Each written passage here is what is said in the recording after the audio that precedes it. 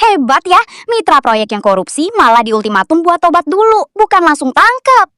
Pernyataan baru Presiden Prabowo Subianto mengultimatum para mitra yang curang untuk segera bertobat. Masih dikasih kesempatan untuk bertobat asal mengaku. Anda yakin bahwa MBG akan membaik?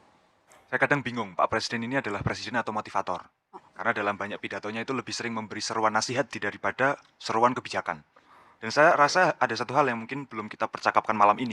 Bahwa beberapa hari terakhir sebelum Pak Dadan ditangkap, percakapan publik kita itu sebenarnya tidak hanya soal MBG, tapi soal bagaimana krisis itu mungkin akan terjadi.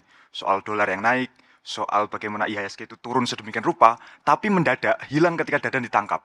Saya kira ada satu hal yang bisa jadi indikasi bahwa ketika yang terjadi hanya ganti pemain, ada dua hal. Yang pertama ini soal memindahkan medan konflik. Bahwa sebelumnya orang itu menyerang presiden sebagai orang yang sangat bangga terhadap MBG. Kadang kita sebut beliau itu CEO MBG, yang menganggap NKRI ini cuma perusahaan MBG. Itu yang pertama. Yang kedua soal mengkambing hitamkan Pak Dadan. Supaya apa yang biasa dilakukan Pak Prabowo terjadi. Pak Prabowo itu kan punya mentalitas Mesias. Jadi beliau itu kalau tidak jadi juru selamat, tidak keren. Ini terjadi juga di dalam kasus penangkapan Pak Dadan.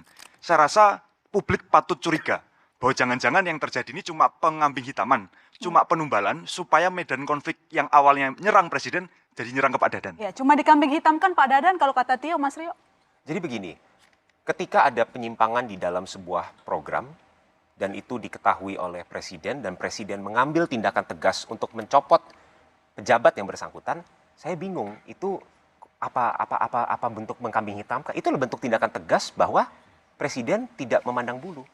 Tapi kalau saya balikan ke konteks daripada perjalanan MBG ini, Mbak Ilona, apakah perlu ada tata kelola yang menyimpang selama MBG ini dijalankan? Jelas.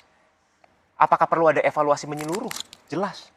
Apakah selama ini kita tidak belajar daripada kasus-kasus keracunan yang sudah terjadi? Atau SOP dapur-dapur yang tidak memenuhi SOP-SOP yang sudah dijalankan? Itu betul. Makanya ini merupakan momentum di mana Presiden mengirimkan sebuah pesan yang sangat jelas.